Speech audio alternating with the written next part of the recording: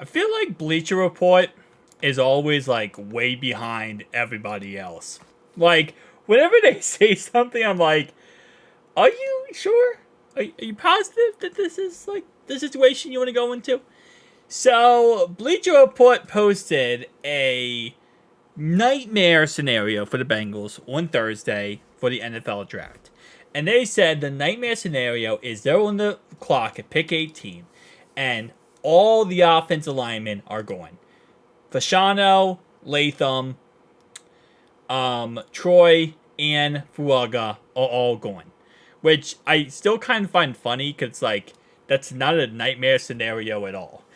If we didn't pick up Trent Brown and sign Trent Brown, this, I wouldn't say it's a nightmare scenario, but it would definitely be a very scary scenario, right?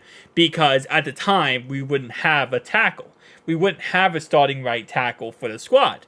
But because of the fact we have Trent Brown, we can go ahead and go out there and draft somebody, and they become the future of this team, but they have time to develop and sit behind Trent Brown, which can be a second or third or fourth round pick. You know, I agree that maybe it's a nightmare scenario if in the second, third, and fourth there's no tackles for us to get, but because of how good this tackle class is, there really isn't a scenario where that is really possible. And also, I kind of wanted to see, like, what scenario possible could happen where we wouldn't be able to draft one of these offensive linemen. And this is pretty much what I got out of it. So this is a mock I made. And again, this is based on the fact of if those guys were not available. So it starts off with Caleb Williams, Drake May, Jaden Daniels, Marvin Harrison Jr. The first tackle off the board is Joe Ott.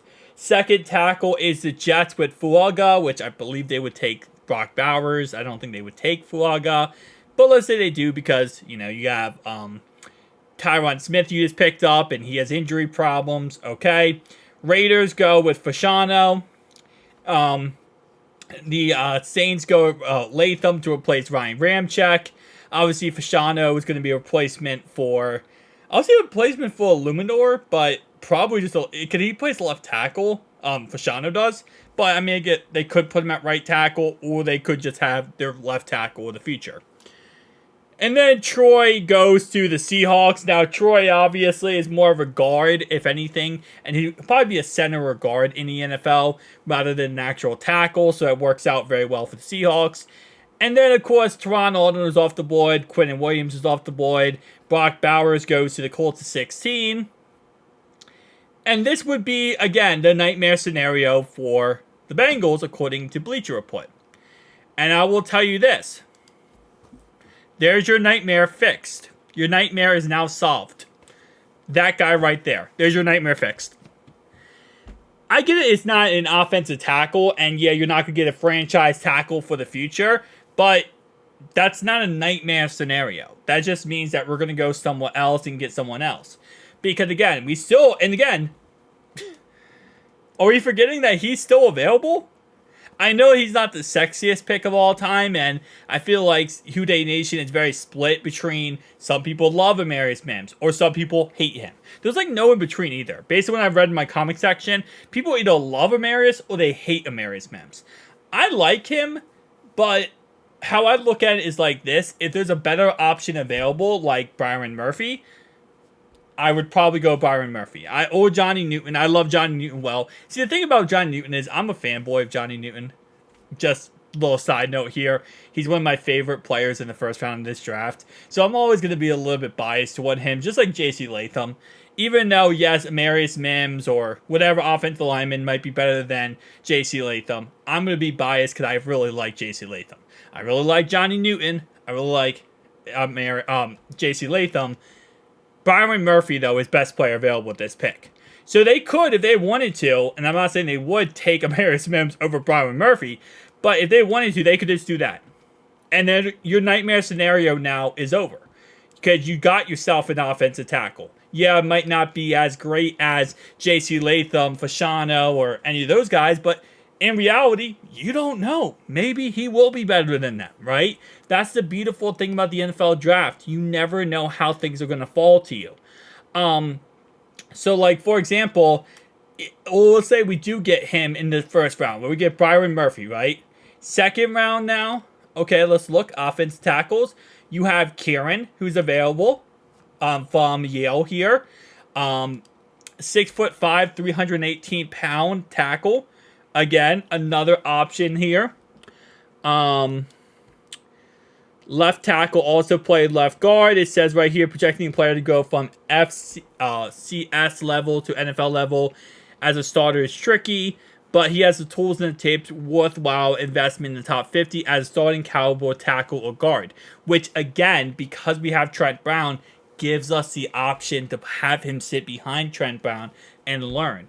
So that's not a bad option. Kingsley, we talked about many times. He actually visited with the Cincinnati Bengals during the Combine. This is the guy that, based on what we understand, Duke Tobin likes. And usually when your GM likes somebody, it's a good thing. But again, second round, easily go with him. You could easily go with in the second round with Brandon Coleman. Probably not. But these two are really great options. Or in the third round, we have been doing this many times, is we have 2 third-round picks. Go with Blake Fisher from Notre Dame. He's another guy. Notre Dame's really good at producing quality offensive linemen. Joe Alt is the best one from Notre Dame in this draft. So I don't really think the whole nightmare scenario aspect is really true.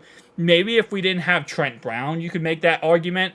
But now that we have Trent Brown, I'm not having any nightmares. Okay, if I get Byron Murphy in the first round, and in the second round I get someone, again, like I said, let's say we did go with someone like Kieran in the second round, I'm absolutely okay with that. I have no problem at all, and I'm sleeping, in my race car bed with a smile on my face. That's pretty much how I look at it.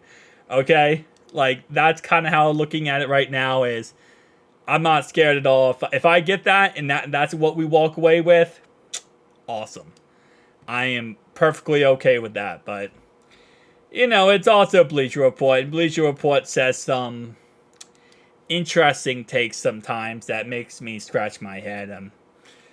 Don't know why I still cover them on this channel, but, I have to sometimes. Like, if they say something ridiculous, because trust me, they post every single day about freaking stupid trades for T. Higgins, and as I've told you guys already, I'm not entertaining any more stupid trades for T. Higgins. I made my last video, I think it was like 2 weeks ago, about the subject, and I'm not doing it again. Like, T. Higgins, I'm not making any more trades. By the way, this is one of the guys they recommended we should take, one of the mock drafts. But wait, where is our boy? Briggs, here we go, baby. I'm taking him. This is the guy who Mike Brown wanted to meet with because, Mike Brown likes him. And listen, the GM likes you. The owner likes you. You're going to be on the team. Yeah, I don't really like this mock draft, by the way. This mock draft I did here is kind of crap because I think we would definitely take cornerback a little bit earlier. They gave me a B+, okay, which I'm not against the idea of. Troy Franklin, yeah, that's another thing. Why did I not? Troy Franklin is a way better option. I was just trying to take offensive tackle for the premise of, to say, this wouldn't be a nightmare. But no, Troy Franklin, if he's available, you're 1,000% taking Troy Franklin over Kieran. That's not even a question. Yeah, no, that's... I'm trying to prove a point that we can get an offensive tackle, and I just take literally the worst option over Troy Franklin. Troy Franklin's an amazing wide receiver, and we can get Blake Fisher in the third round and be absolutely fine. So, Bleacher Report, it's not a nightmare. Your nightmare is coming true. The Bengals might go win the Super Bowl.